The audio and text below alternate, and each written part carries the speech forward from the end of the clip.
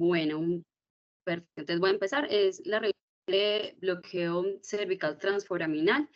La evidencia para este abordaje realmente es más bien más viejita y que de acuerdo pues como a los resultados de ciertos reportes de caso que vamos a ver más adelante, pues ha bajado el uso de esta técnica, pero tiene pues como unas indicaciones precisas todavía en la actualidad. El primer reporte de inyección epidural cervical fue por Dogliotti en 1933 y ese abordaje cervical epidural, tenemos pues dos formas de hacerlos, que ya habíamos revisado el abordaje interlaminar, que finalmente el mayor riesgo de este es la corta distancia que hay del ligamento amarillo a la médula espinal. Entonces, como revisamos ese día, tenemos que ser muy juiciosos y revisar la resonancia, de tener pues como esa grasita epidural antes de realizar el procedimiento. Y aquí vemos las distancias que en C7 es de 1.5 a 2 milímetros, a diferencia de lo que es en el L2, que es de 5 a 6 milímetros. Entonces, sí, es un espacio muchísimo más reducido. Respecto ya al bloqueo cuando es el abordaje transforaminal, el riesgo está asociado a las estructuras críticas que hay dentro y alrededor del foramen, que ahorita vamos a ver.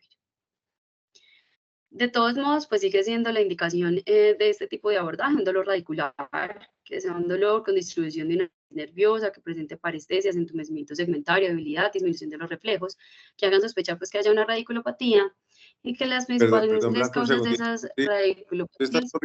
estás corriendo la diapositivas que no me están Sí, corriendo. las diapositivas. Sí, a mí no. Ah, no, entonces, espere, Es que yo cambio la forma como estoy presentando. A mí tampoco me están apareciendo las diapositivas, pues que las estoy pasando. Voy a intentar por pantalla completa, a ver si en esas sí pasan. Voy a volver a pasar. Me dicen si ahí se ve. ¿Pasó? ahí sí. ¿Hola? Ahí Ahí se sí. vio la Ah, bueno. primera, ahí Listo. se ve la primera, la de eso.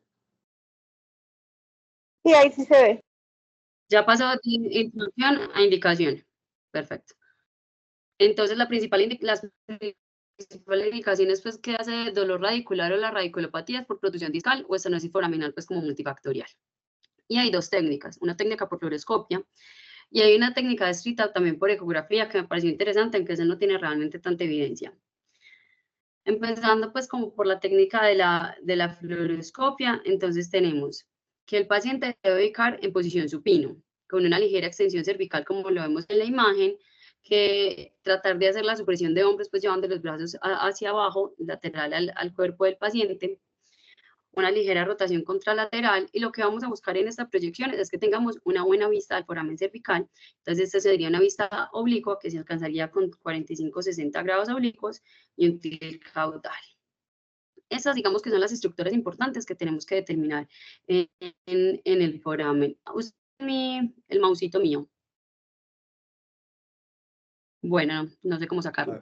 Entonces, aquí en la imagen de la izquierda tenemos esa parte pues que estamos viendo circular, la pared posterior está formada por la superficie ventral del proceso articular, tanto superior como inferior, y la pared anterior está formada por procesos uncinados de las vértebras. Recordemos, las articulaciones uncinadas solo las vemos en la parte cervical, y es ese contacto que tienen vértebra con vértebra, que es como esa relación articular. El piso son los pedículos de los vertebrales. Y en la parte de la derecha, además alcanzamos pues como a ver la descripción de dónde se verían las y cómo se vería la parte pues como articular de las facetas. ¿Cuál entonces sería el abordaje? Utilizando una aguja de 25 gauge, adicional que podría ser tanto cortante o puntada de lápiz. Y que en la punta debería tener una angulación de 30 grados a 8 a 10 milímetros de la punta. Entonces, teniendo esta visión oblicua, vamos a avanzar la aguja con visión continua y es importante que durante todo el abordaje, tanto en esta visión oblicua como en la P, siempre sea con visión continua. Hacia la columna posterior, entonces nos dirigimos inicialmente de la parte del foramen. Siempre debe llegar por la parte posterior y ir avanzando sin que se presenten parestesias y buscando hacer contacto con la parte ósea de la parte posterior del foramen.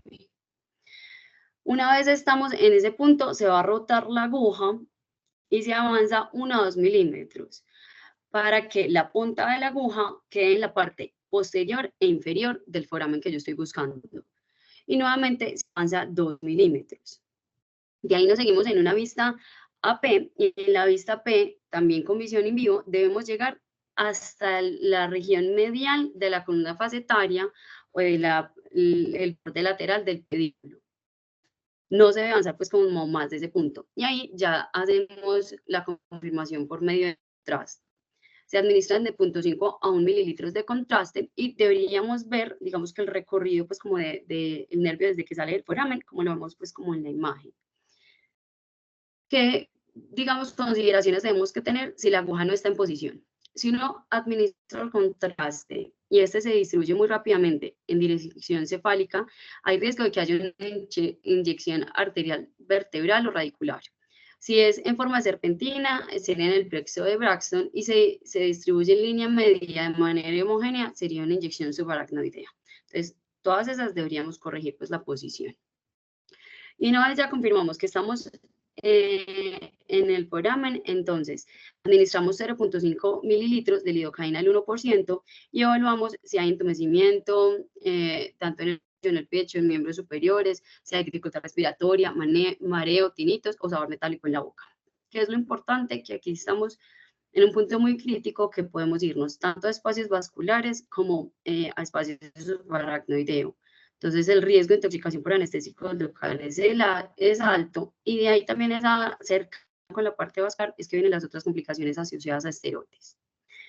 Esta ya sería la técnica de ecografía que fue escrita, espérenme, yo corro por aquí, que fue escrita pues como en esta revisión que fue del 2018, que me pareció muy interesante y pues más o menos va por lo que uno reconoce de la visión ecográfica cuando está haciendo el bloqueo de ramos medios, y ellos tienen pues como una técnica para realizarla, tuvieron un éxito pues del procedimiento con bajas complicaciones. Entonces, debe colocarse el paciente en decúbito lateral. El que va a realizar pues el procedimiento del médico colocarse enfrente del paciente. En la imagen de la izquierda, digamos que la visión que usualmente nosotros vemos, que tenemos el tubérculo anterior, el tubérculo posterior y el nervio espinal que va a quedar en medio. Después rotamos el ecógrafo, bueno, el ecógrafo es lineal, pues el que usualmente tenemos de alta resolución. Y en la segunda imagen, entonces ya lo que vamos a hacer es que vamos a girar el ecógrafo de manera que vamos a coger como el nervio longitudinalmente, que ahí es lo que se ve con las agujas amarillas como punteando. Después entonces vamos a rotar nuevamente en las manecillas del reloj de manera que vamos a quedar paralelos al esternocleidomastoideo y aquí el nervio se ve solo como una curvatura por encima del foramen. La punción de la aguja se puede ir avanzando hacia el foramen desde anterior hacia posterior, usando pues una visión en plano, que ya lo vemos en la segunda imagen, que ahí estamos viendo cómo va avanzando la aguja, dónde está el foramen, dónde está el nervio, y se avanza hasta llegar pues como al sitio donde nosotros ya veníamos viendo el nervio. En ese punto, lo mismo, se va a administrar el contraste, porque esta es una técnica híbrida, se hace el contraste, se confirma pues la posición, esa administración de contraste, como lo decíamos desde el principio, debe ser con visión continua. Si estamos pues confirmamos que estamos en posición, administramos, ellos ponían 1 mililitro de bupivacaína al 0.5% con 5 miligramos por mililitro de dexametasona. Entonces, ese sería pues como el abordaje por ecografía. Bueno, y esta sería pues como la confirmación de esa imagen de ecografía cuando ya se pasan pues como a la técnica híbrida de la fluoroscopia, de cómo sería la posición de la aguja y la visión. Y ellos reportaron que no tuvieron pues como complicaciones graves. Respecto a las complicaciones, que lo que venimos diciendo de este abordaje, el problema de este abordaje es la cercanía que tiene con las estructuras críticas. Entonces, para entender esa cercanía, me volví un poquito como en la parte de anatomía, y aquí entonces, ¿qué nos está mostrando? La médula espinal va a estar vascularizada por unas ramas que van directamente desde la aorta, forman la arteria radicular de manera bilateral, y esa va a ir a cada nervio espinal y pasa con el nervio espinal a través del foramen. que ahí es un punto pues, que es como crítico también en el procedimiento. El tercio posterior de la médula está irrigada por 2 arterias espinales posteriores y reciben sangre de las arterias medulares posteriores. Y los 2 tercios anteriores por la arteria espinal anterior, que en esa imagen, no, es en la siguiente, se ve mucho más clara acá. En la parte de abajo vemos mucho más claro como la relación pues entre el espacio del foramen y el espacio por donde pasan tanto las ramas de la arteria vertebral como la arteria espinal segmentaria anterior, que finalmente, si lo ven en el dibujo de abajo, como el que está magnificado, vemos la médula, cómo se va la arteria espinal anterior, la arteria espinal posterior y dónde va a pasar nuestra aguja. Entonces, ahí está pues como la cercanía. Me devolví en la imagen es porque en la fluoroscopia, entonces aquí tenemos la relación de la arteria vertebral con respecto al foramen, por eso nosotros siempre debemos hacer el abordaje, que lleguemos al foramen por la parte posterior inferior, para evitar la cercanía que tenemos con la arteria vertebral. Que en la parte de la izquierda, aquí vemos que la arteria vertebral va viniendo como rama de la arteria subclavia y que después va a ser esa anastomosis, pues que vemos y una que finalmente va a drenar al llegar al foramen magno. Entonces, pues, ese es el riesgo de digamos, una inyección en este punto. ¿Cuáles son las otras complicaciones? Entonces, realmente es un procedimiento que tiene muchas complicaciones. Estas son todas las que se han reportado en la literatura, que van desde esa inyección intraarterial, el infarto de la arteria vertebral, el trauma o el vasoespasmo, porque no necesariamente es que inyectemos el esteroide, que es uno de los riesgos pues, que tiene este procedimiento, sino que es trauma con o el espasmo vascular puede llegar a causar infarto de la médula espinal, como lo vemos desde las arterias radiculares y las espinales, o cerebral, porque también hace parte pues como la parte vertebral. El daño intrínseco que de todos modos tenemos por la cercanía de la médula espinal, cuadriplejía, lesión de la raíz nerviosa, dolor radicular, síndrome doloroso regional complejo, convulsiones, punción dural, meningitis, fístula líquido cefalorraquídeo, respiratorios. Entonces, como sabemos, pues en ese abordaje cervical tenemos muy cercano el nervio laríngeo recurrente, pues llevar a falla respiratoria, parálisis del diafragma, ronquera, disfonía, hipo. Las cardiovasculares se asemejan mucho pues, a lo que ya veníamos hablando, las infecciosas que conocemos como en todo, y había en particular también unos riesgos asociados a una cardioretinopatía, que esa sobre todo se veía por un aumento de la presión intraocular. Solo hay muy poquitos reportes de caso y lo que decían es que depende mucho también de la velocidad y el volumen con el que se administra, que si es mucho el volumen y la velocidad, eso es lo que genera el aumento de la presión intraocular y pueden también dar como unos periodos como de ceguera transitoria. ¿Qué tenemos respecto a esas advertencias, pues como de la administración de esteroides? Esto es el reporte que hizo la FDA en el 2014, que hablaban en general de la inyección de corticosteroides en el espacio epidural, porque empezaron a ver que habían muchos reportes de eventos raros, pues que no eran de mucha frecuencia, pero que sí eran muy serios, como pérdida de visión, una ACV, muerte, y que empezaron a asociarlo al uso de esteroides en este espacio epidural. ¿Cuál fue la crítica grande? Pues y después salieron muchos estudios como tratando de contrarrestar este warning, esta advertencia que hizo la FDA, porque no discriminaba cuál tipo de esteroides, en qué espacios, si era lumbar o era cervical. Entonces de ahí empezaron a salir muchos otros reportes y McKinsey, digamos que es de los que ha liderado mucho parte de esos reportes respecto a los epidurales en el espacio, de los esteroides en el espacio epidural. Y lo que hablaba es que hay una mayor proporción realmente de complicaciones cuando es un abordaje transforaminal y que es mucho más cuando es cervical que cuando es lumbar y que tiene mucho riesgo por la inyección intraarterial y que finalmente el mayor riesgo es cuando se usan esteroides particulados por ese embolismo que puede dar en ese espacio intraarterial. También habla que las variaciones anatómicas del foramen es lo que también tiene un alto riesgo de complicaciones y que hasta la fecha no hay ninguna técnica que permita como protegernos de las posibles variantes anatómicas para dar mayor seguridad a esta técnica. Y que realmente pues debíamos diferenciar de esas complicaciones que se presentan a nivel cervical transforaminal de abordajes. que sí se presentan, pero ese tipo de complicaciones de esteroides no se presentaba con bloqueo caudal o interlaminar. De ahí entonces está estas dos revisiones que creo que también ya las habíamos mencionado, que una es la del 2015, que nos habla de, digamos, cuáles son las medidas para prevenir neurológicas de los esteroides.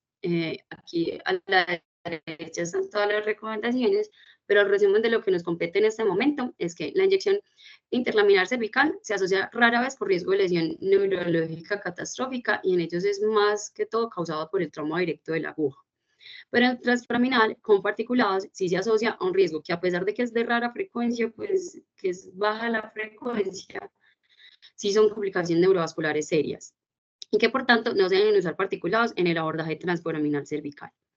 Y esta que es la, digamos que la más reciente que encontré, que es en el 2019, que entonces nos habla en general de cuáles son las complicaciones de la inyección de esteroides a nivel epidural. Esta es como en la parte de la izquierda en la tabla tenemos todas las complicaciones menores que dan 2.4% por inyección, porque en un mismo paciente podemos hacer varias inyecciones, por ejemplo, pues como transforaminales, la ruptura del disco accidental, la exacerbación del dolor, la posición dural, el dolor en la inyección, el entumecimiento persistente y la respuesta vasovagal. Es una baja frecuencia. Y respecto a las complicaciones mayores, hablan mucho de que hay un subregistro a nivel mundial y que parte pues como de la invitación es que todo lo que nos suceda pues hay que registrarlo, porque eso nos permite pues como tener mayor seguridad en nuestra práctica clínica. Entonces que en general hay un subregistro y no se sabe exactamente cuál es la prevalencia, pero que la mayoría de los eventos adversos asociados han sido con el abordaje interlaminar por el trauma directo o el transforaminal cervical por esas complicaciones que ya veníamos hablando, neurovasculares. En ese abordaje transforaminal, lo más frecuente es cervical, le siguen en orden la torácica y lo menos frecuente es el lumbar. Pero digamos que esos tres abordajes, todos los transforaminales, sí tienen un riesgo pues, de eventos mayores. Esta es como la tabla grande de todas las recomendaciones. Como lo que nos compete es que entonces la probabilidad de neurotoxicidad es muy baja con esteroides epidurales. No hay esteroide epidural hasta la fecha que se considera más seguro que otro. Se recomienda siempre anestésicos locales antes de administrar el esteroide, evaluar síntomas neurológicos por 1 minuto y si no hay, ahí se administrar el esteroide. Usar la menor dosis posible y ellos definen que la menor dosis sería 40 miligramos de metilprednisolona, 10 a 20 miligramos de triamcinolona y 10 miligramos de hexametasona fosfato. En caso de alergia al contraste o que estemos en un nivel por encima del E3, la inyección de esteroides debería ser con dexametasona. Y hay una recomendación negativa para la inyección transforaminal cervical de particulados. A pesar de que no se recomienda, no hay argumentos en contra de la dexametasona en el abordaje transforaminal cervical y que siempre se deben inyectar volúmenes menos de 4 mililitros pues, en cada sitio. Esta es ya la recomendación del 2021, entonces este es como el nivel de evidencia que hay respecto a cada uno de los abordajes. Entonces, para la hernia discal, la evidencia 1 para bloqueo caudal, interlaminar, transforaminal lumbar e interlaminar epidural con o sin esteroide. En la estenosis espinal, evidencia 3.2 de caudal, evidencia 2 de interlaminar lumbar y epidural, interlaminar lumbar, perdón, epidural, y evidencia 4.3 para transforaminal. Dolor discogénico, evidencia 2, caudal, interlaminar lumbar y cervical con o sin esteroides. Y bueno, digamos que esa es como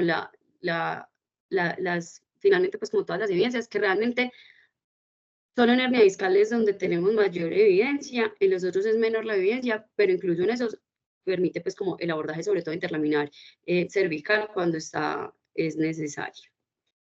¿Cuál es la conclusión entonces? El bloqueo transforaminal cervical sí podría considerarse en pacientes con dolor radicular, pero en el que hayan fallado las otras técnicas y que uno debe tener en cuenta pues como todas las consideraciones anatómicas por el riesgo que hay en esta técnica. Y lo dicen como todas estas recomendaciones, siempre hay que explicarle al paciente claramente los riesgos asociados y en esa discusión con el paciente tomar la decisión si realmente se lleva a cabo o no. Y no debería administrarse esteroides particulados en este abordaje y administrar inicialmente el anestésico local, evaluar por 1 minuto y luego administrar el esteroide, como para dar también una seguridad en el momento en el que sí se vaya a administrar el esteroide. Listo. Y eso era lo que traía como de la revisión. Muchísimas gracias, Blanca, por tu excelente revisión. Las conclusiones, obviamente, pues están muy claras. Sin embargo, pues personalmente es una recomendación. Si uno va a realizar una inyección epidural cervical con intención terapéutica, es preferible utilizar la vía posterior o la vía interlaminar. Pues igual, como ese espacio es tan pequeño, pues la zona donde está la raíz, donde quieres que esté, digámoslo,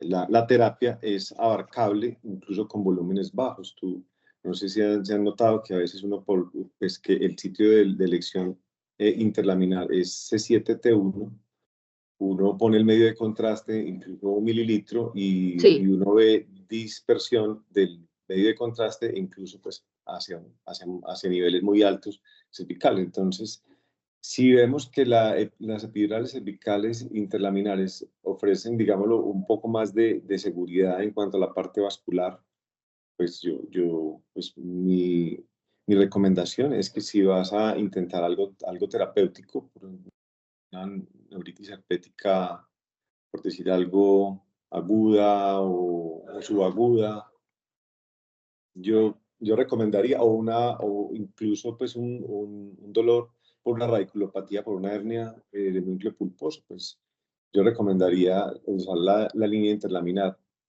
Cuando incluso el mismo doctor Machicanti menciona que el abordaje parasagital es muy similar a, pues es decir, en su efecto al abordaje transforaminal, de manera que pudiera utilizarse un abordaje parasagital del lado que afecta al paciente y de pronto correr menos riesgos. El grupo de Benelux obviamente no va a recomendar uso de particulados y dejan en cuestionamiento el valor de la epidural transforaminal cervical. El valor que yo le daría a la epidural transforaminal cervical es netamente diagnóstico. ¿Qué quiere decir? Que si un paciente tiene un dolor radicular y de pronto hay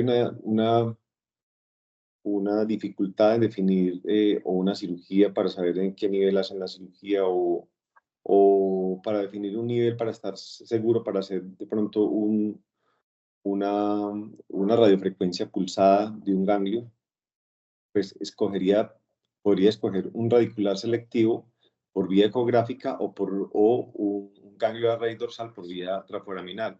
Cuando haces la técnica por vía, por ecografía, muy poco probable que vayas al ganglio directamente, ¿cierto? Puede que por volumen sí, pero es más la raíz. Cuando haces la técnica por vía epidural transforaminal, es más factible que vayas al ganglio que es más interno, ¿cierto? Entonces, como método diagnóstico para uno definir una raíz y hacerle tratamiento a futuro con un método, obviamente no con esteroides, pues tendría un valor un poco mejor, ¿cierto? No sé si es la C7, si es la C6, la distribución es ambigua, o decides hacer 2 niveles para hacer radiofrecuencia. Entonces, bueno, puedes utilizar el método diagnóstico con bajo volumen, 0,5, máximo 1 mililitro para definir, ¿cierto? Pero desde el punto de vista parece que si es más seguro la epidural interlaminar, pues utilizaría más la interlaminar. Ahora, el hecho de aplicar, no es solamente los esteroides la complicación que se puede presentar, ni lo particulado que sea o no el esteroide, también puedes producir un trauma directo sobre las arterias radiculares segmentarias, que podría producir también isquemia, ¿cierto? O daño de esa zona. Viendo el tamaño de esas y arterias, directo, pues sí puede generar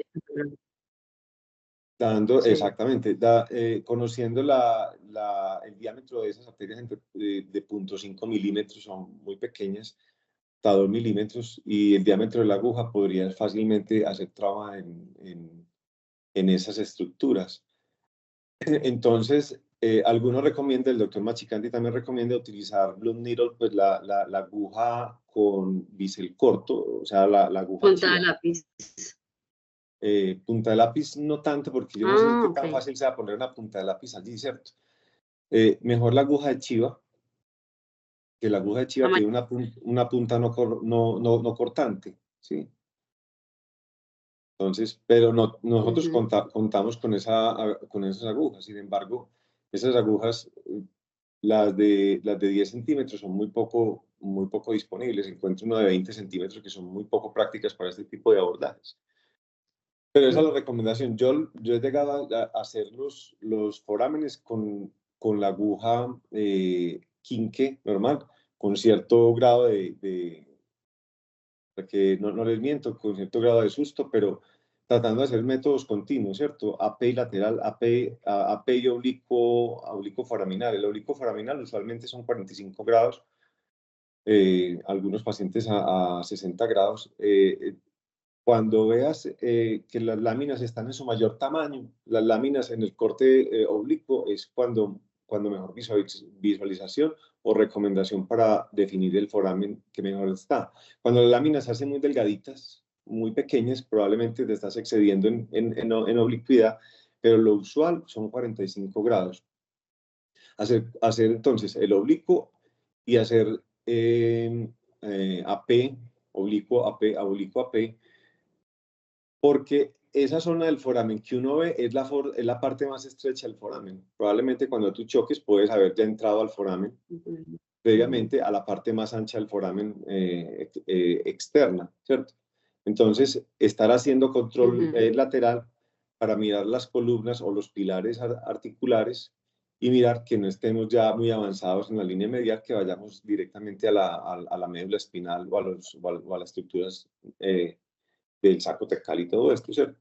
Entonces, siempre control AP lateral y siempre inyecciones en vivo. Los aparatos que nosotros usualmente utilizamos no tienen sustracción digital, algunos más modernos sí, de este tipo de brazos Sensei, los angiógrafos obviamente, pero nosotros tenemos la posibilidad de utilizar la inyección en vivo con extensiones de anestesia y aplicando para descartar la captación vascular principalmente. Y eso es importante, y la toxicidad pues también del anestésico local. Volúmenes muy bajos. Entonces, mi recomendación general es, listo, vas a utilizar una técnica terapéutica. Mi recomendación es hacerla interlaminar. Vas a utilizar una técnica para diagnóstico. Si utilizas un interlaminar, pues te vas a quedar sin diagnóstico porque vas a bañar múltiples raíces y tú vas a decir, bueno, entonces que C5, C6. Si vas a hacer un análisis diagnóstico, es preferible un análisis más preciso de una raíz en especial, dependiendo de la experticia de cada intervencionista. Unos estarán más experiencia con la ecografía, que es un bloqueo selectivo también radicular, también serviría como diagnóstico, o el abordaje fluoroscópico, ¿sí? De pronto alguien que tenga también alguna otra experiencia o algo que comentar.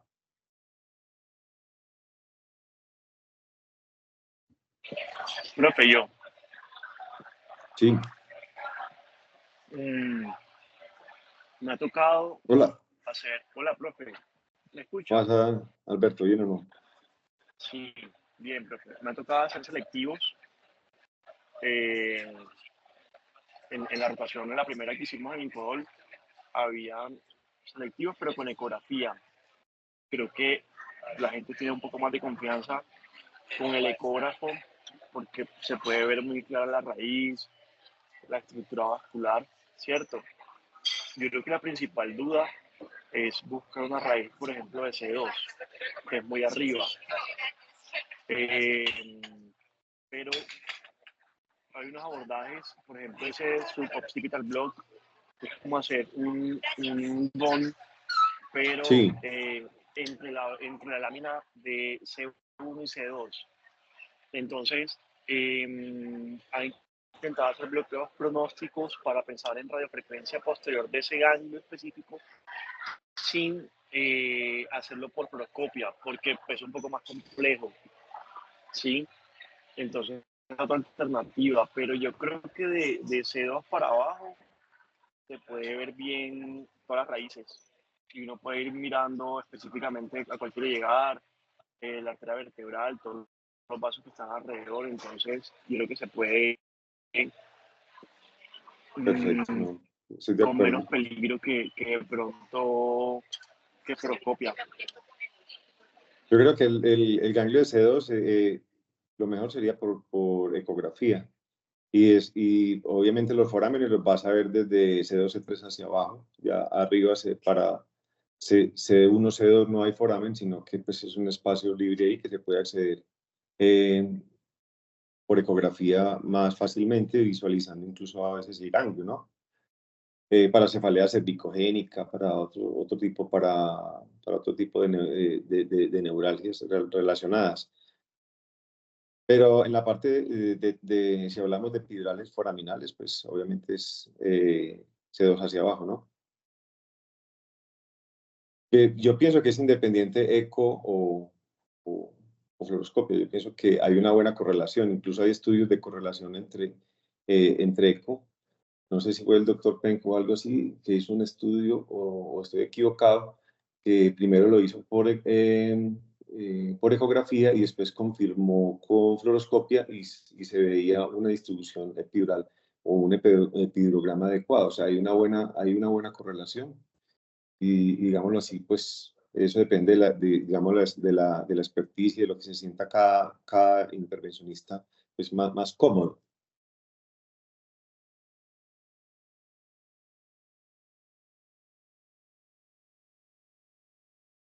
Sí, profe, de acuerdo, de acuerdo.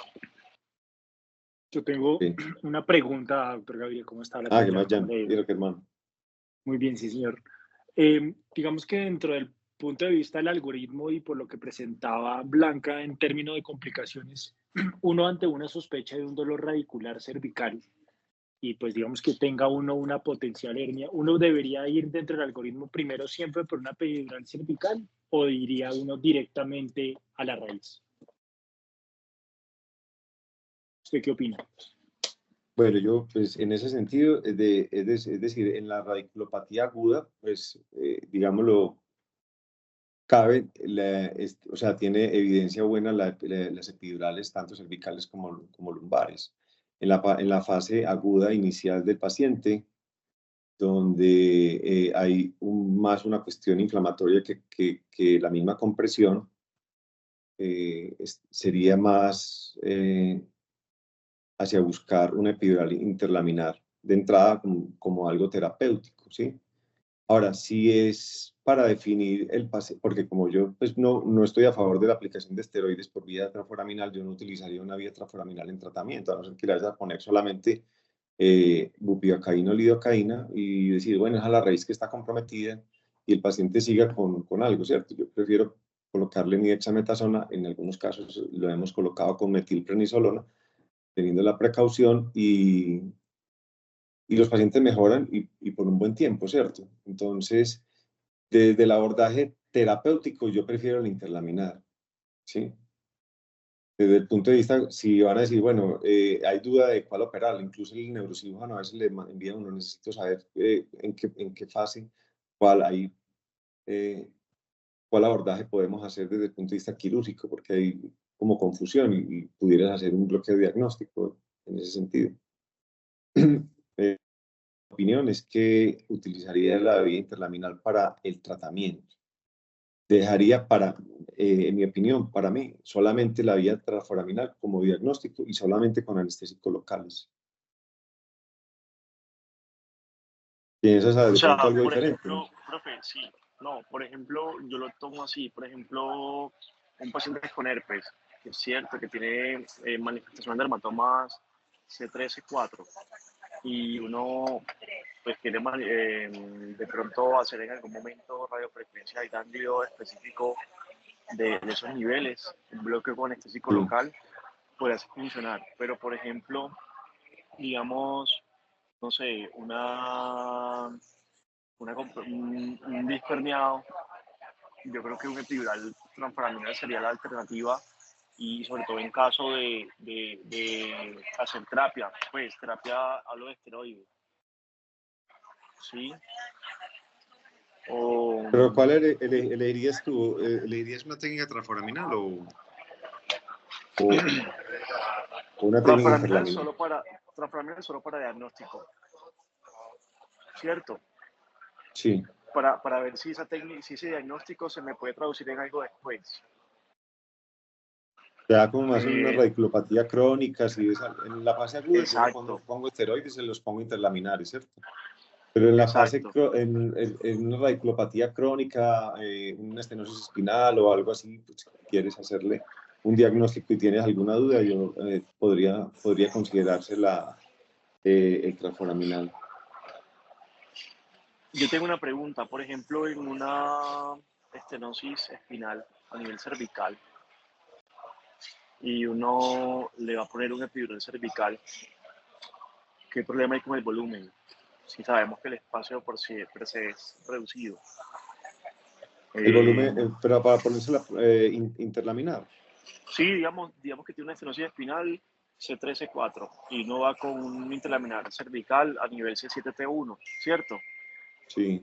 Pero ya sabemos que hay una estenosis del canal y a uno le da miedo. Incluso creo que ayer mandaron en Painkillers uno que era de epidural lumbar, ni siquiera cervical, sino que epidural lumbar, hablando de que es seguro y que no hay problemas con el volumen que uno ponga en un paciente con una estenosis espinal a nivel lumbar. Y ahora cervical, ¿qué? Pero cervical, yo pienso que yo sería más prudente, incluso pero más cuando hay un canal central estrecho, ¿cierto? Más que un canal lateral o un foramen estrecho. Si hay un canal central estrecho, que es más frecuente encontrar canales centrales más foraminales estrechos a nivel cervical, si el Por canal ejemplo, 2 está ml muy de crítico. volumen o 1 ml. ¿Cómo? 1 ml de volumen, un cc. Si el canal es un canal central estrecho y si el paciente tiene melopatía, yo no le toco el espacio epidural a ese paciente. Yo lo remito a neurocirugía y que consideren la posibilidad de hacerle algo, porque obviamente utilizamos volúmenes mucho más bajos en epidurales de 3 a 5 centímetros, mililitros, porque con más volumen está descrito hasta ceguera, ¿cierto? O sea, que eso es un riesgo. Entonces, el paciente que tiene un canal cervical estrecho crítico de 8 milímetros o menos y tiene, digamos, la médula con algo de mielopatía, pues me dicen una epidural interlaminar y pues yo, riesgo-beneficio, yo prefiero no. Porque el problema del paciente es un problema mecánico, ¿cierto? Está una compresión, yo pues le voy a poner volumen ¿para qué?